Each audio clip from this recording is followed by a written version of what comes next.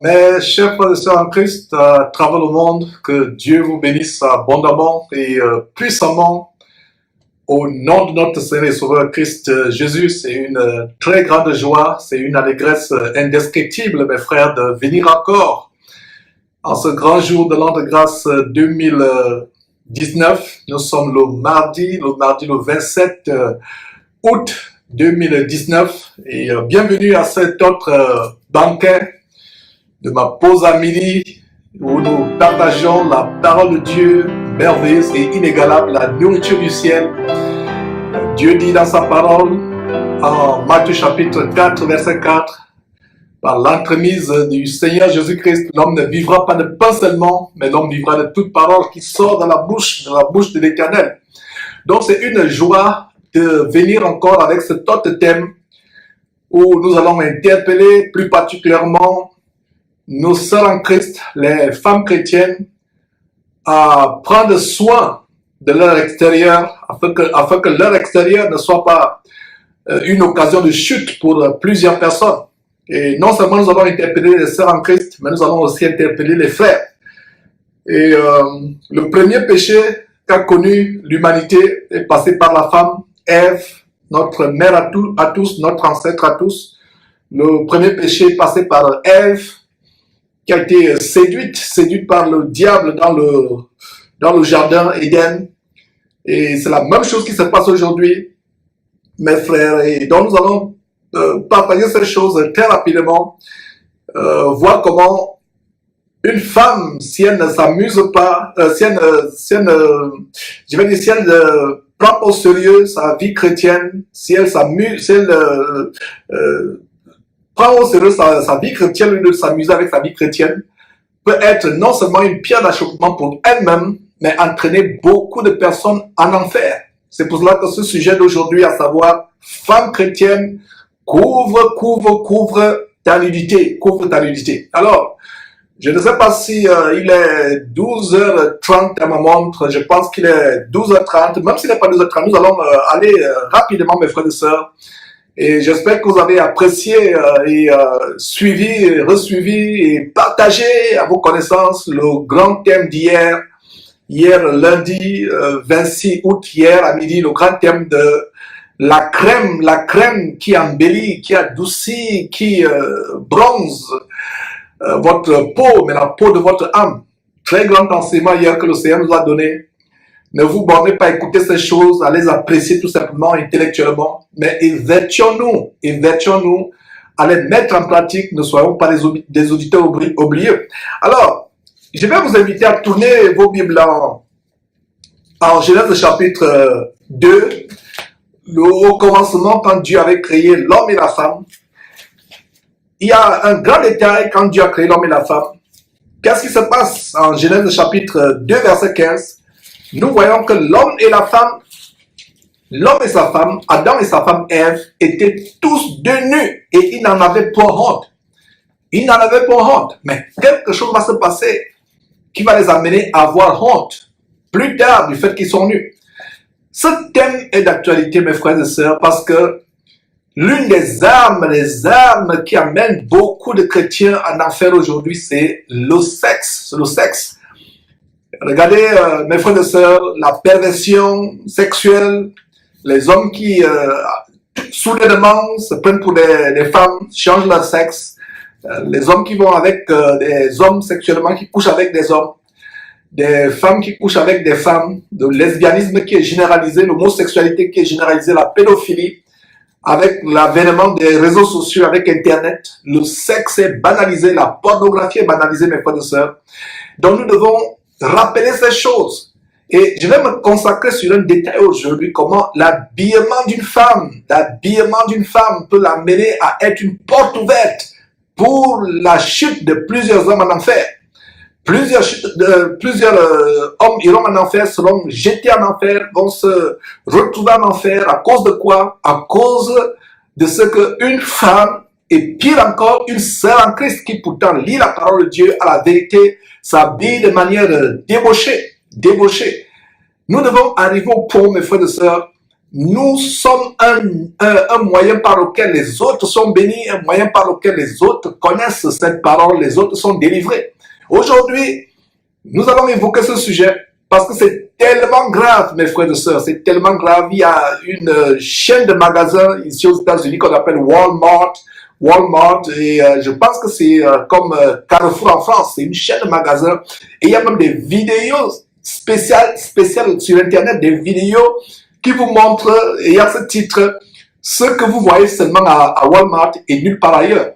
Et ils font des compilations de vidéos, des femmes qui viennent même faire des courses et étant en maillot de bain, des personnes qui s'habillent, là, un corsage ou un t-shirt, mais en bas c'est un sous-vêtement. Je me rappelle comment une fois je suis allé à Walmart, je voulais faire une transaction dont j'étais en rang. Et juste devant moi, il y avait une femme qui avait une robe tellement transparente et un slip, mes frères et sœurs, quelle horreur, j'ai enlevé mes yeux, j'étais tellement choqué. C'est pas des choses que j'ai vues sur à la télévision ou bien sur Internet ou sur YouTube dans des vidéos, mais c'est des choses que j'ai expérimentées. Et je rends grâce à Dieu, c'est que mon épouse et moi, nous avons trouvé une alternative dans notre magasin où nous faisons plus de courses. Et nous allons de moins en moins à Walmart, sauf si c'est une urgence, sauf si c'est quelque chose que nous ne pouvons pas trouver ailleurs. Et aujourd'hui, vous ne pouvez pas aller dans la rue sans voir les abominations terribles, la nudité qui vous environne, que ce soit à la télévision, que ce soit sur Internet. Et je lance un appel, mes frères et sœurs, à tous ceux qui suivent ces émissions en direct que je fais, que ce soit depuis le studio à Houston, que ce soit depuis cette salle de conférence de la compagnie où je travaille. Je vous lance un appel, vous qui êtes sur les réseaux sociaux, WhatsApp, Instagram, YouTube, Facebook, peu importe les réseaux sociaux, peu importe mes frères et sœurs, Twitter, faisons un effort, mes frères et sœurs, de nous discipliner. Que les réseaux sociaux pour nous chrétiens qui cherchons la volonté de Dieu ne soient pas un moyen pour aller s'amuser, se rigoler, se détruire l'âme, se suer les yeux. Que ce soit un moyen pour nous de partager la parole de Dieu, d'être en contact avec peut-être des personnes à qui vous envoyez ces vidéos, ces enseignements bibliques. Internet pour nous chrétiens doit être justement, uniquement un moyen pour pouvoir répandre cette parole. S'il n'y avait pas ce ministère derrière Jésus-Christ TV, je doute fort bien que j'aurais un compte YouTube, ou un compte Facebook, ou un compte Twitter ou WhatsApp. Faisons tellement attention. Beaucoup de chrétiens se souillent, même les blagues.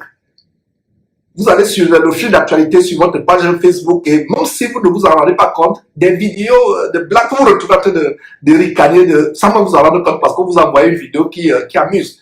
La Bible dit qu'on n'entende même pas au milieu de vous de la plaisanterie, même de la plaisanterie.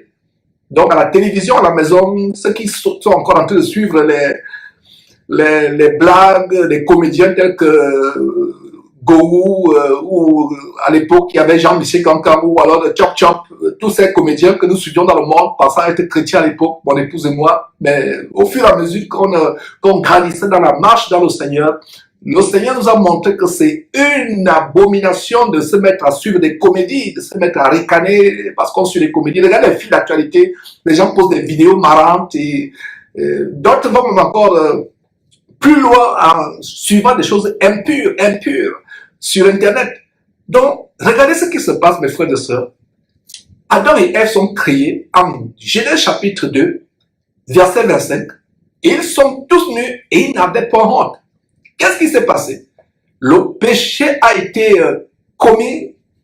Adam et Ève ont commis le péché. Ils ont mangé l'arbre défendu. Dieu leur avait pourtant dit, vous pourrez manger de tous les arbres du jardin, mais vous ne mangerez pas de l'arbre de la connaissance du bien et du mal, parce que le jour où vous le mangerez, vous mourrez. Alors ils ont désobéi à Dieu.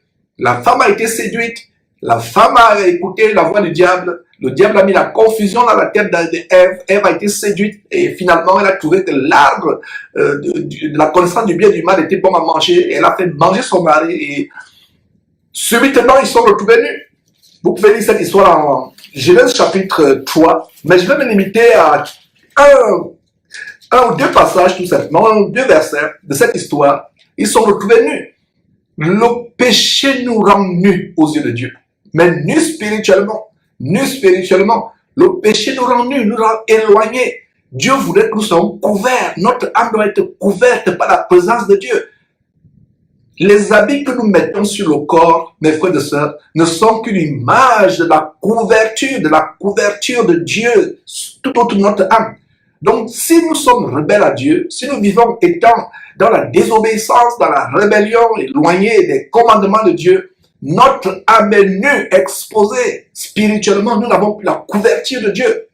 Les habits sont là pour nous couvrir contre les intempéries, contre quand il fait froid. Il y a des parties au Canada ou ici aux États-Unis, il fait tellement froid, vous devez avoir un blouson doublé, même des blousons doublés, des pullovers, doublés, même des pantalons, etc., bien couverts pour être au chaud. Alors imaginez-vous que vous êtes nus en plein hiver, quelle catastrophe, vous pouvez même mourir. Alors, c'est la même chose sur le plan spirituel, il y a tellement des intempéries.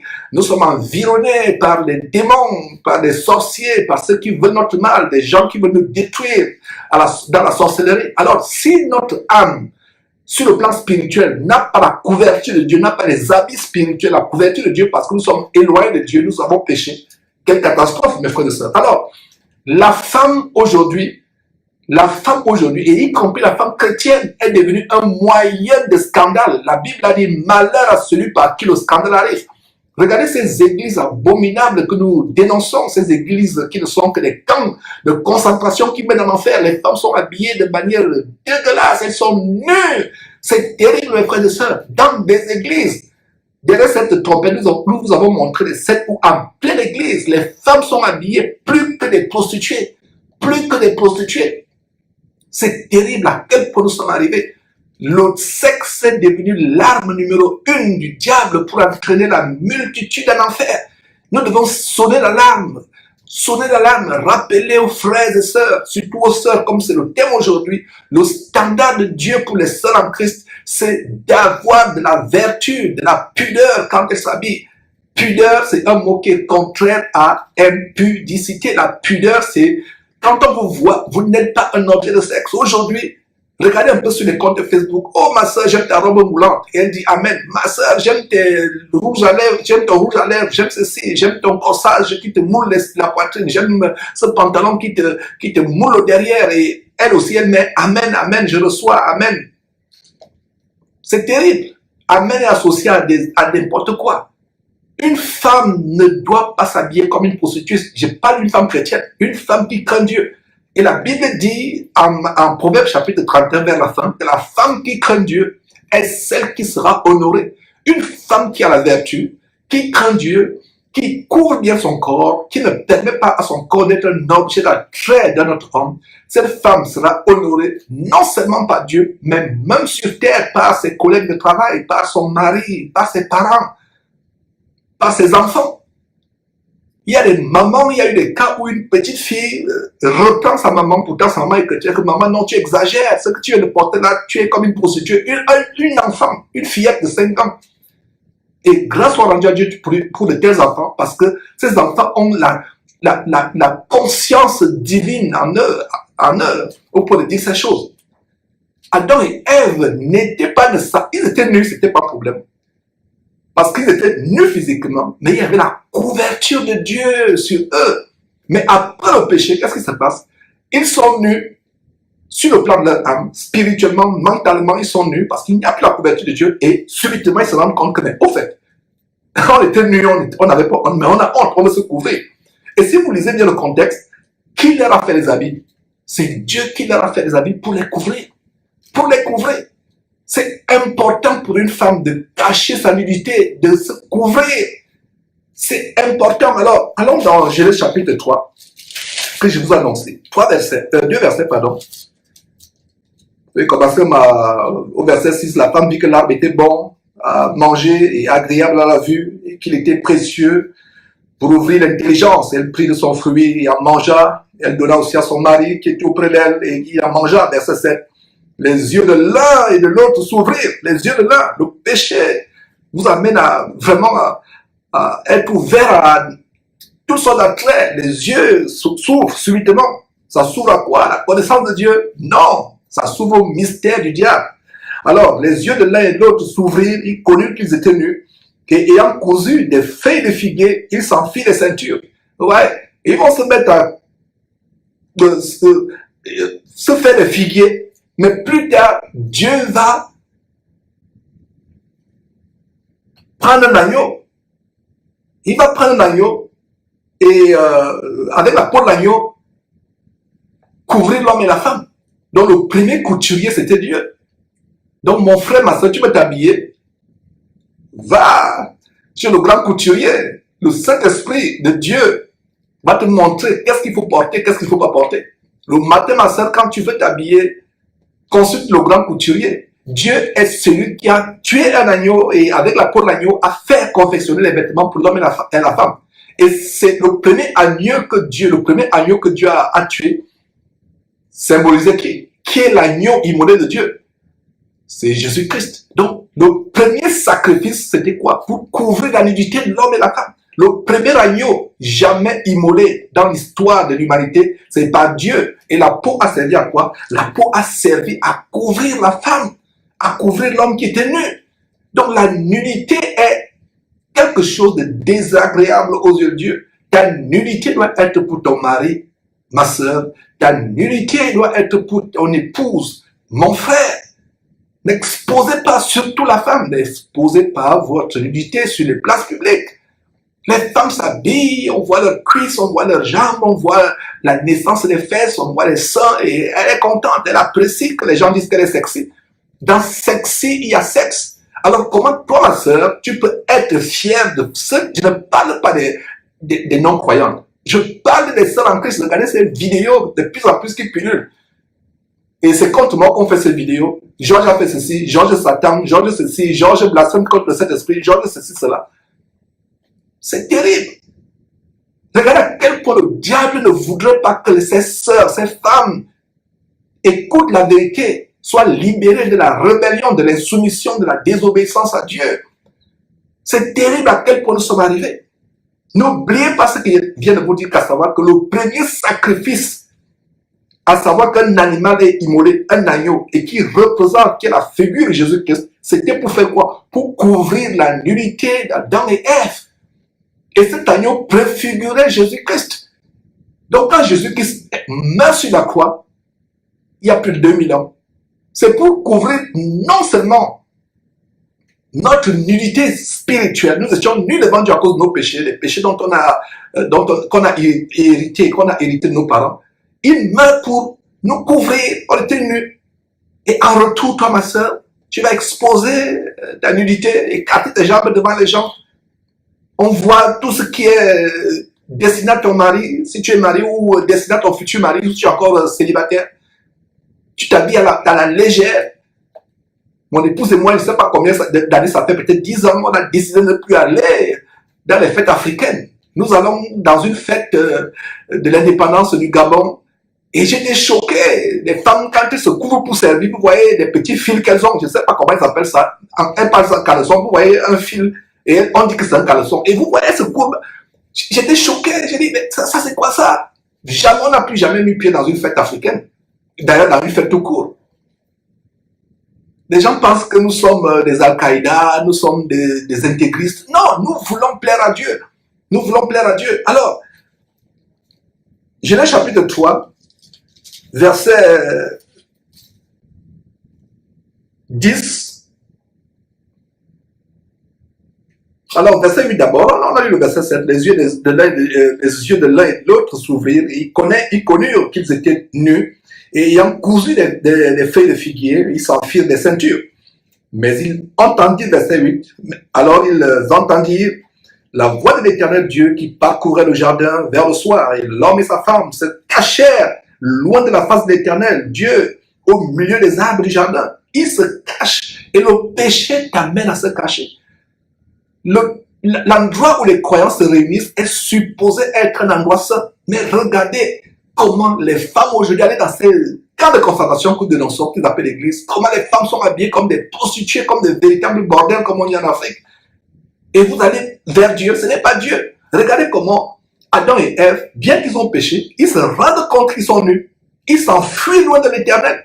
Mais aujourd'hui, des frères et sœurs en Christ vont, soi-disant dans le lieu où on prie Dieu, habillés comme des voyous, habillés comme des prostituées. On dit à une femme que tu ne dois pas mettre le pantalon. Les filles de Jézabel, là, sur Internet, commencent à faire des vidéos contre moi. Je n'ai pas écrit de Bible. C'est Dieu qui t'amène à ce standard de sainteté, de piété, ma soeur. Ça peut faire mal ce que je suis en train de dire, mais tu dois arriver au point où tu dis, Seigneur, je veux plaire à toi, je veux t'aimer. Tu as donné, oh Dieu, ton Fils, Jésus-Christ, en sacrifice sur la croix en retour. C'est mon obéissance. Je veux vivre pour t'obéir, je veux vivre pour suivre tes commandements. Verset 9. Mais l'Éternel Dieu appela l'homme et lui dit, où es-tu? Verset 10. Il répondit, j'ai entendu ta voix dans le jardin et j'ai eu peur parce que je suis nu et je me suis caché. Regarde, écoutez le verset 11. Et l'Éternel Dieu dit, qui t'a appris que tu es nu? Est-ce que tu as mangé de l'arbre dont je t'ai défendu de manger? Voilà, mes frères et sœurs. Qui t'a appris que tu es nu? La nudité, mes frères, d'un homme, du moins d'un homme, même un homme aussi, vous ne pouvez pas vous vous habiller de manière indécente. Il y a des choses terribles. Nous vivons à la fin des temps. Il y a un festival à New York, une fois par an. La vie perverse, pécheresse, abominable de New York City, dans l'État de New York, au nord des États-Unis. Ils ont un festival une fois par an où on est nu. Les gens vont avec des petits slips nus, les seins dehors, petits slips nus, festival pour la nudité. Il y a de plus en plus des endroits pour les nudistes, des plages pour les nudistes. Vous qui allez encore dans les piscines publiques, si vous n'avez pas les moyens pour vous offrir une piscine, contentez-vous peut-être de votre baignoire. Si vous n'avez pas votre baignoire, contentez-vous de votre seau d'eau. Et même s'il n'y a pas de baignoire, même s'il n'y a pas tout ce luxe-là, soyez consolés de ce qu'il y aura au ciel. C'est qui est sans comparaison avec cette terre abominable qui sera détruite. Les gens veulent les plaisirs. Il y a des gens qui me disent, Georges, est-ce que je peux encore aller à la piscine? Non, mon frère. Bien des fois, même nous, on a des enfants qui sont petits. Des fois, aucun des parents, on va les amener à la piscine. On se rend compte comment c'est pollué. Les femmes sont là et vous voyez des femmes avec tout un paquet de chair qui est vraiment qui est exposé, exhibé. Et je me demande comment ça va séduire les hommes. Enfin, si je parle comme ça aujourd'hui, je rends grâce à Dieu, c'est que Dieu a fait de moi une nouvelle créature. Avant, on pensait que c'était attrayant, mais avec le nouvel homme en nous, l'intelligence renouvelée, nous ne voyons plus les choses selon la chair, nous voyons les choses selon l'esprit. Je me demande comment on peut être fasciné par cela. Il y a un frère ici à Houston qui avait vraiment des séductions à un moment. Il était perturbé par sa voisine. Et je lui ai donné un conseil d'aîné. Non, c'était pas sa voisine, excusez-moi, c'était sa collègue de travail. Il était perturbé, il me dit, Georges, je veux me confier à toi. Je suis perturbé par une femme au boulot. Quand je vois ses chairs, etc. Et je lui ai donné un conseil, peut-être qu'il va aussi vous choquer. Le conseil va choquer, mais ça a marché. J'ai dit, frère, désormais, quand tu la vois le sida, voilà la syphilis, voilà la puanteur qui est en train de dégouliner de ses jambes. Vois tout ça. Oh, mes frères, le frère a dit, oh frère, ne continue pas. Je pense qu'elle ne me séduira plus. Voilà. Donc toi, mon frère, tu es séduit par une femme qui est là, qui a attaché son derrière avec le pantalon serré, moulant, etc. Qu'est-ce qui va te séduire là? C'est la syphilis plus tard, parce que si tu vas d'homme en homme, toi femme, ou si tu vas de femme en femme, toi homme, qu'est-ce que tu auras les maladies vénériennes? J'ai travaillé sur un dossier ici aux États-Unis, un dossier légal, et qui accomplit vraiment Ésaïe chapitre 3, la puanteur qui se dégage. Et il y a une maladie qui affecte environ 95% des femmes ici aux États-Unis. C'est-à-dire que leur bas-ventre, leur partie intime pourrie, elle est vivante. Elle dégage une odeur nauséabonde.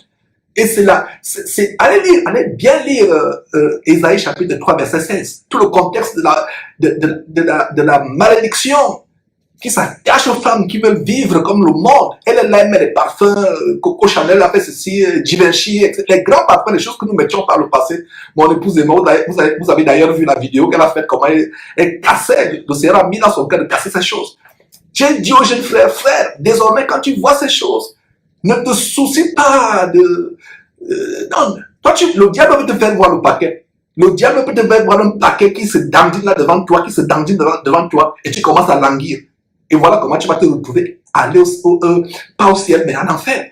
Donc désormais, quand tu vois ça, imagine-toi la saleté qui dégouline, imagine-toi la puanteur, imagine-toi quelque chose qui dégouline. Et le dossier dont je vous parle, mes frères et sœurs, c'était terrible. Le bas-ventre d'une femme, comment ça pourrit, c'est des cancers, c'est généralisé. Et je ne savais pas à quel point c'est généralisé. C'est en travaillant sur ce dossier. Donc, les femmes ont poursuivi, on fait ce qu'on appelle class action, je ne sais pas comment on appelle ça en français. En fait, ils ont poursuivi une grande compagnie pharmaceutique. Donc, les avocats sont mobilisés, ils ont fait des pools, des véritables groupes, des pools de plusieurs avocats, des milliers, des centaines de milliers de plaignants à travers les États-Unis, centaines de milliers de femmes. Donc, le bas-ventre, le bas là est pourri. Vous la voyez là habillée, se dandinant avec les robes serrées. Vous ne savez pas que le bas est pourri. D'autres, la plupart, enlèvent l'utérus. La malédiction d'Ésaïe chapitre 3 est en marche, mes frères et sœurs. Et je m'adresse à vous, jeunes gens. J'enseignais sur le premier regard et le deuxième regard. Dès que tes yeux tombent sur une femme dans la rue, détourne ta tête. Tu n'as pas péché avec le premier regard, comme ce qui m'est arrivé à Walmart. J'étais avec mon garçon. Une femme devant moi comme ça, elle est nue, elle a quelque chose de transparent. Mais vous voyez, un petit, c'était pas c'était des filles. Des filles qu'elle appelait slip. Devant moi, oh! J'ai levé les yeux, j'ai dit, c'est quoi ça? J'ai pris le garçon, je l'ai tourné. Et voilà comment les esprits de pornographie entrent dans vos enfants sans que vous ne vous en rendez compte. Et même des choses qu'on regarde à la télévision à la maison. Faites attention, vous parents, de ce que vous montrez aux enfants à la maison, à la télévision. La Bible dit malheur à celui par qui le scandale arrive. Mieux aurait voulu que tu ne sois né. Et si tu scandalises un de ces petits, dit Jésus, un de ses enfants, tu mérites d'avoir un clocher en acier suspendu à ton cou et jeté au fond de la mer. C'est ce que dit le Seigneur Jésus-Christ. Regardez comment le Seigneur Jésus élève le standard de l'adultère en Matthieu chapitre 5. Vous pouvez lire du verset 25 au verset...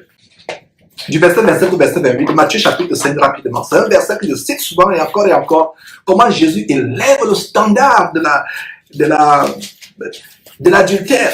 L'adultère ne consiste plus en adultère légal, parce que même au temps de Moïse, la loi de Moïse, l'adultère c'était le fait pour un homme d'aller sexuellement avec la femme de son prochain, une femme qui n'est pas son mari.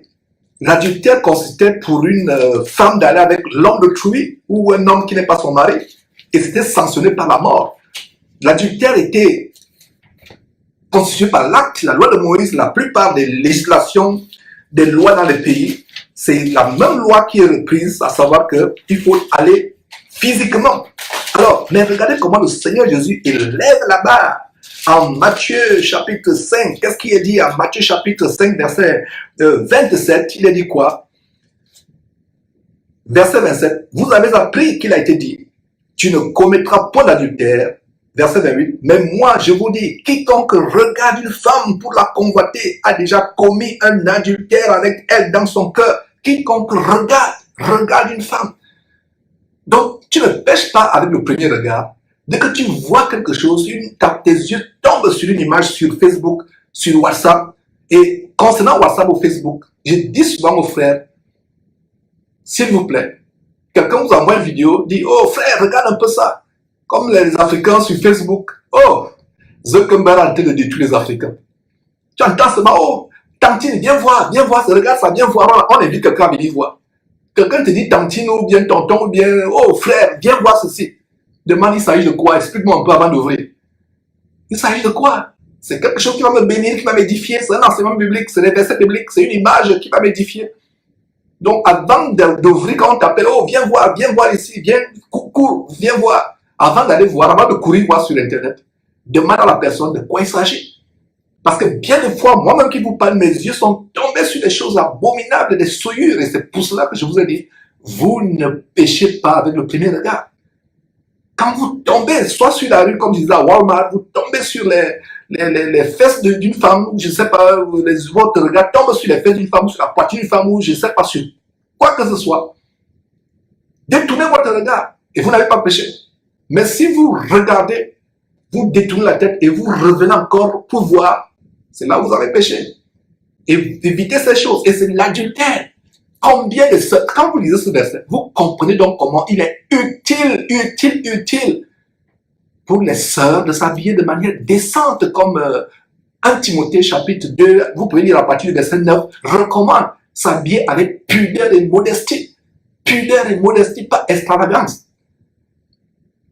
Dieu nous aime. Les commandements de Dieu, c'est pour notre bien. Beaucoup de sœurs en Christ se retrouveront en enfer parce qu'elles ont entraîné consciemment ou inconsciemment, volontairement ou involontairement, la multitude de personnes en enfer.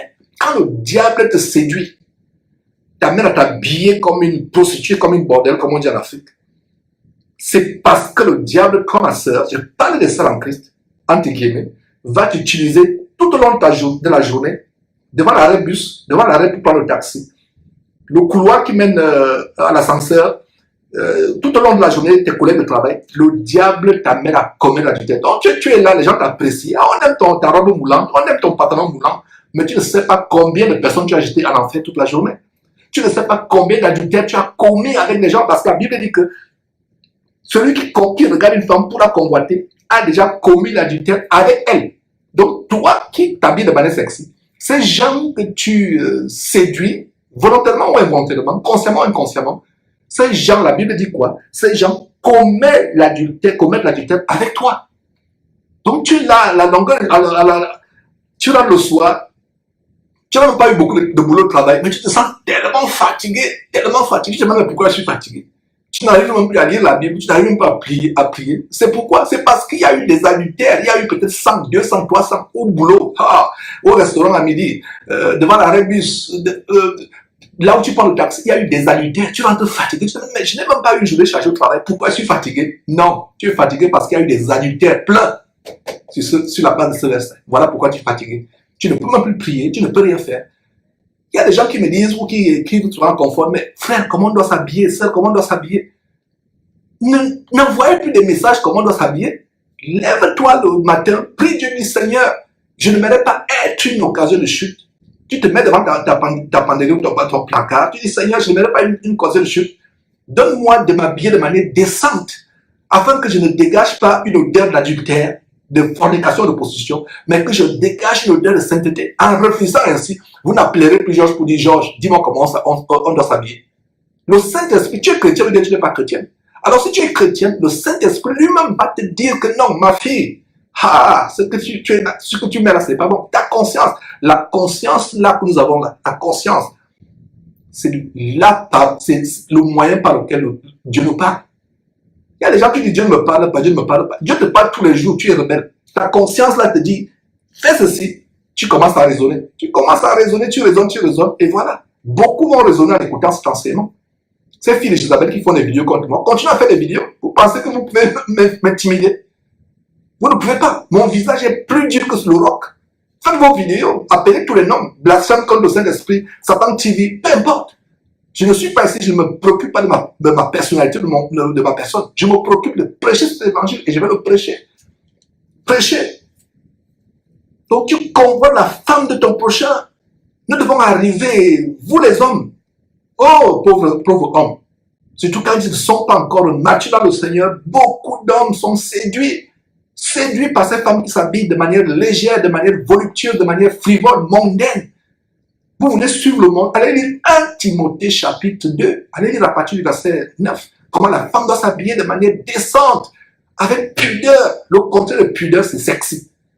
Pudeur, c'est le contraire de pudeur, c'est fornication. Le contraire de pudeur, c'est impudique, impudeur. Donc sexy, tu es contente, ma soeur, quand on dit que tu es sexy, tu es contente. Tu es sexy, tu dis amen, tu es contente, ça titille ton ego, ça titille ton ego. Tu ne sais pas que tu es une arme de destruction massive. Quotidiennement, des centaines de personnes qui te voient dans la rue, au quartier, un peu partout, sont amenées en enfer. Y compris même les lesbiennes. Parce que ce n'est même plus les hommes, même les femmes lesbiennes vont te convoiter. Nous devons arriver au point, toi ma soeur, tu dis, est-ce que cet habillement que je vais mettre ce matin avant d'aller au boulot, à l'école ou à l'université, ou au travail, peu importe, est-ce que cet habillement, Seigneur Dieu, peut amener quelqu'un à tomber?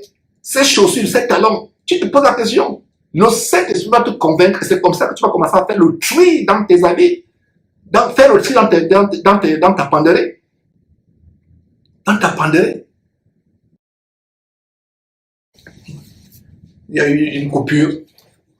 Faites comme Job qui dit, il avait fait un pacte avec ses yeux. Job dit, j'avais fait un pacte avec mes yeux et je n'aurais pas arrêté mes regards sur une vierge.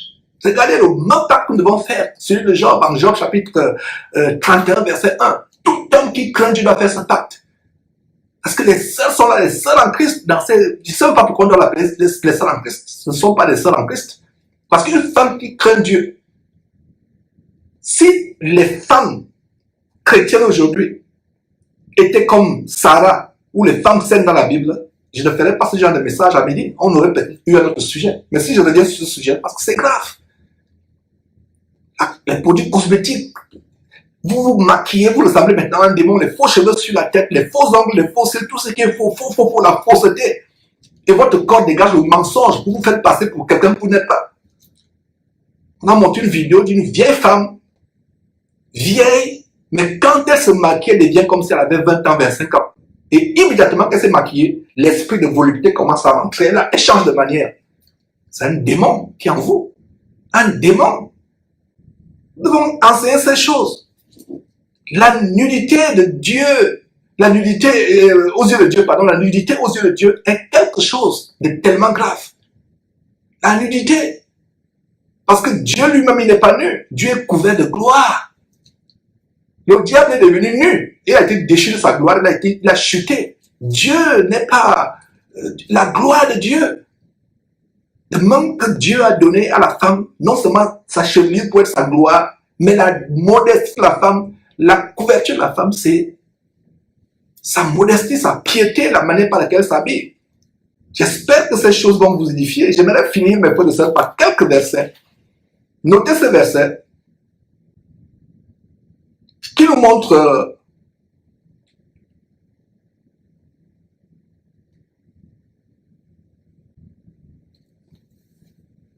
en passant, je parlais de comment le Seigneur Jésus dit si quelqu'un convoite, regarde, c'est pas une femme pour la convoiter. D'ailleurs, il y a aussi Exode, c'est un bonus que je donne par rapport à Isaïe chapitre 5, verset 28. Il y a un bonus, Exode chapitre 20, verset 17, qui dit que tu ne convoiteras pas la femme de ton prochain, la femme de ton prochain.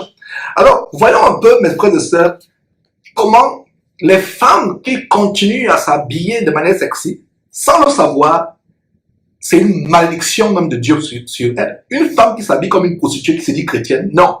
Tu penses que c'est ta manière d'habiller, c'est l'homme qui a choisi. C'est parce que Dieu n'est pas dans ta vie et tu es même, aux yeux de Dieu, maudite. Tu vas me dire, mais Georges, c'est tellement radical ce que tu dis. C'est pas radical. Allons dans Ésaïe chapitre 47. Voyons Ésaïe chapitre 47 rapidement et vous allez voir comment il y a une malédiction. La nudité devient une malédiction. Ésaïe chapitre 47, verset 3. Qu'est-ce que nous voyons? Verset 40. Lisons à partir du verset 1. Ésaïe chapitre 47, verset 1. Descends et assieds-toi dans la poussière. Vierge, fille de Babylone, assieds-toi à terre, sans trône, fille des Chaldéens, et on ne t'appellera plus délicate et voluptueuse. Voilà. Voilà la punition d'une femme qui se prenait pour une femme délicate. Comme on disait à l'époque, elle marche comme si elle marchait sur les œufs. Tout simplement pour séduire les gens. La volupté dans l'allure, la frivolité dans l'allure. Et quelle est la malédiction ici? On ne t'appellera plus délicate et voluptueuse. Verset 2. Prends tes meules et mous de la farine.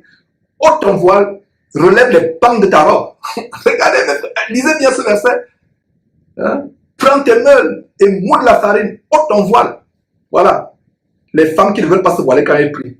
C'est une malédiction. Dieu dit, ôte ton voile, relève les pans de ta robe.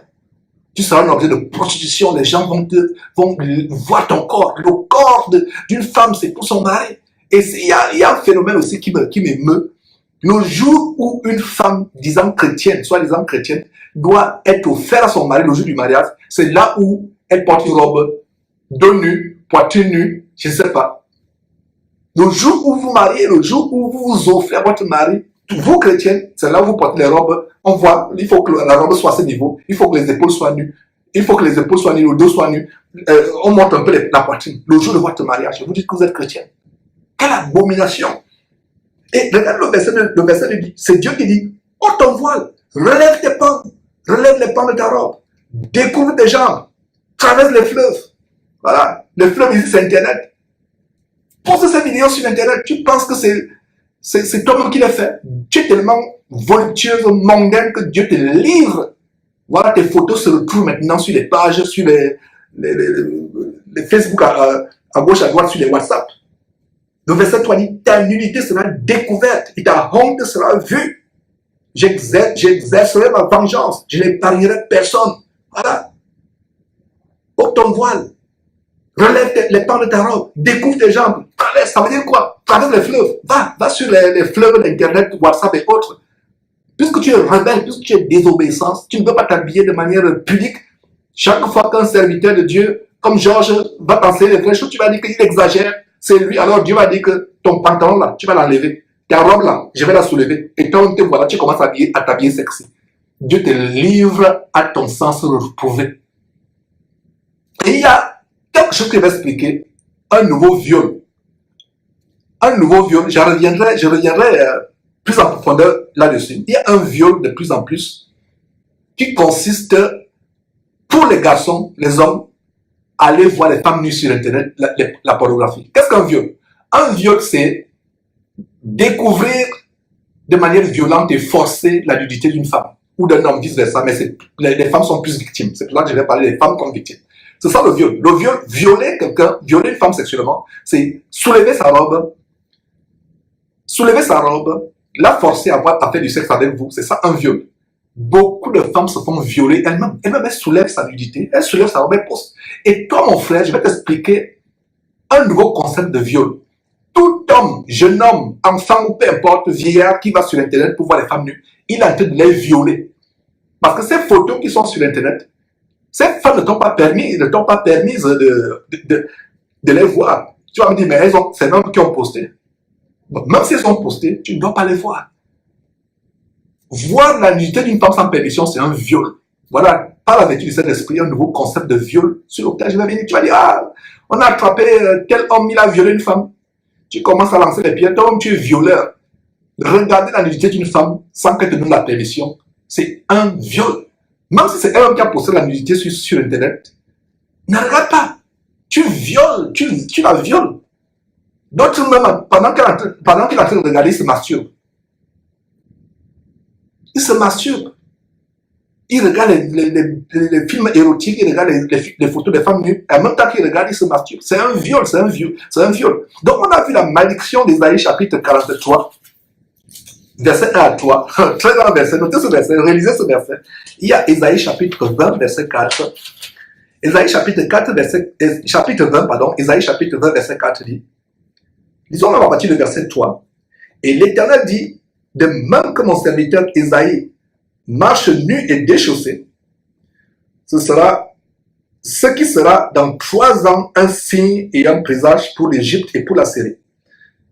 Verset 4. De même, le roi d'Assyrie amènera de l'Égypte et d'Éthiopie captifs et exilés les jeunes hommes et les vieillards nus et déchaussés, et le dos découvert à la honte de l'Égypte. À la honte de l'Égypte. Regarde toute cette tribulation auquel Esaïe a été exposé. Esaïe a été détesté par les ennemis de Dieu. Et ce verset 4, si je lis ce verset 4, pourquoi je lis ce verset 4? C'est pour montrer que quand on a le dos découvert, on est nu et déchaussé. C'est une honte.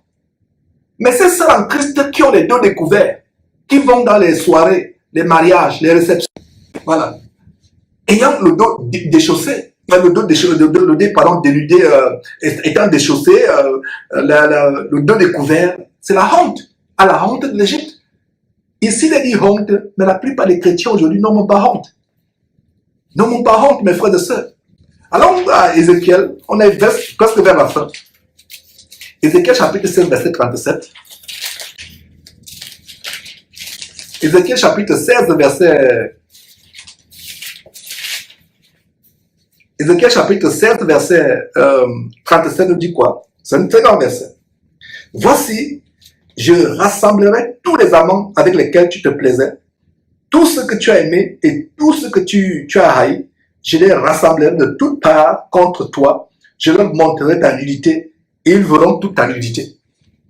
Donc, toi, ma soeur, quand tu t'habilles de manière dénudée, nue, tu penses que tu le fais parce que tu mets te top à mode. Non, Dieu te maudit, c'est une malédiction. Donc, tu n'aimes même pas une fille de Dieu. Tu es rebelle. Est-ce que vous comprenez ce que je suis en train de dire? Une femme qui s'habille de manière sexy, qui montre son corps, son dos nu, ses épaules nues, ses jambes, ses cuisses, elle pense qu'elle le fait. Elle est rebelle, elle n'aime pas Dieu. Alors Dieu dit quoi? Verset 37. Voici, je rassemblerai tous tes amants avec lesquels tu te plaisais, tout ce que tu as aimé et tout ce que tu as haï, je les rassemblerai de toutes parts contre toi et je découvrirai ta nudité et ils verront ta nudité. C'est devenu une joie, une fierté pour une femme de découvrir sa nudité, de s'habiller sexy. Non, la Bible dit que c'est une honte, c'est une malédiction, c'est Dieu même qui te soumet à cette folie. Couvre ton corps, sœur. Et si il dit sœur, c'est parce que vraiment c'est pas l'amour, je ne devrais même pas dire sœur. Couvre ton corps, ne te rebelle pas. Allons dans Nahum. Je ne sais pas si combien de vous ont déjà lu le livre de Nahum dans la Bible. C'est après Michée. Vous avez Jonas, Michée et Nahum. Nahum chapitre 3, verset 5. Qu'est-ce que nous voyons? Voici, j'en veux à toi. Regardez, j'en veux à toi. Dieu en veut à toi, ma soeur. Toi qui t'habilles nu, j'en veux à toi. Dit l'Éternel des armées. Je relèverai tes pans jusqu'à ton visage. Donc, je vais soulever ta robe jusqu'à ton visage. Je montrerai ta nudité aux nations et ta honte au royaume. Donc, quand tu penses que tu vas sur Internet poster des choses sexy, tu penses que tu le fais c'est ta volonté. Non, Dieu t'expose ta nudité. Regardez ce qu'il y a sur Facebook. Des choses terribles. Il y a même déjà des Africaines, elles se dérangent là, elles sont seules, elles sont oisives, elles ne savent pas quoi faire. Elles se vendent maintenant sur Facebook. J'offre ma chair, je vous offre au premier venu, j'habite tel quartier, sur Facebook. Je me demande s'il n'y avait pas cette parole. Nous, Facebook, c'est vraiment, c'est Sodome et Gomorrhe. Donc nous allons avec la parole de Dieu à Sodome et Gomorrhe. Des femmes qui se vendent sur Internet. Avec les talons, elle soulève les jambes comme cela. Elle dit, venez, je suis dans tel quartier, le plus offrant. Prostitution sur Facebook. Prostitution sur Facebook. Et vous montrez votre nudité, vous pensez que c'est vous qui le faites. Non. Et il y a les chrétiens qui le font. Dimanche, à l'église. Et le verset dit quoi? Voici, j'en veux à toi, dit l'Éternel des armées. Je relèverai tes pans, c'est-à-dire ta robe, jusqu'à ton visage. Je montrerai ta nudité aux nations et ta honte au royaume. Ta honte au royaume. Voilà. Et vous allez voir aussi Apocalypse chapitre 16, verset 15 qui parle de la honte de la nudité. La nudité est quelque chose de honte. Et si quelqu'un n'a plus la honte étant nu, c'est un problème. Si une femme n'a plus la honte, parce que ce qui caractérise une femme qui craint Dieu, c'est la pudeur. Elle a du gêne, elle a du scrupule. Mais si une sœur en Christ, soi-disant, n'a plus le scrupule, n'a plus le gêne, n'a plus l'embarras, elle peut s'habiller en pantalon, on montre toutes les courbes du corps, etc. C'est quoi? Et c'est le cœur affligé que j'enseigne ces choses. Parce qu'il y a trop de rébellion. Dites tout ce que vous voulez de moi. Allez regarder. Vous allez regarder cette vidéo. Et ce qui est bien, c'est que toutes ces filles d'Isabelle, ces soi-disant chrétiennes qui font des vidéos contre moi, elles sont quand même là connectées. Elles téléchargent cette vidéo. Elles les regardent. Mais elles ne regardent pas ça pour changer, pour devenir meilleures. Mais elles regardent pour s'engouffrer encore. Le démon qui en elles chauffe tellement qu'elles font des vidéos de se repentir. Mes frères et sœurs, supporter ma folie. J'espère que c'était une bénédiction pour les amoureux de la parole de Dieu de partager ces choses. Nous reviendrons demain avec un autre sujet, selon que le Seigneur nous inspirera. Et demain, plaise à Dieu. Bye bye.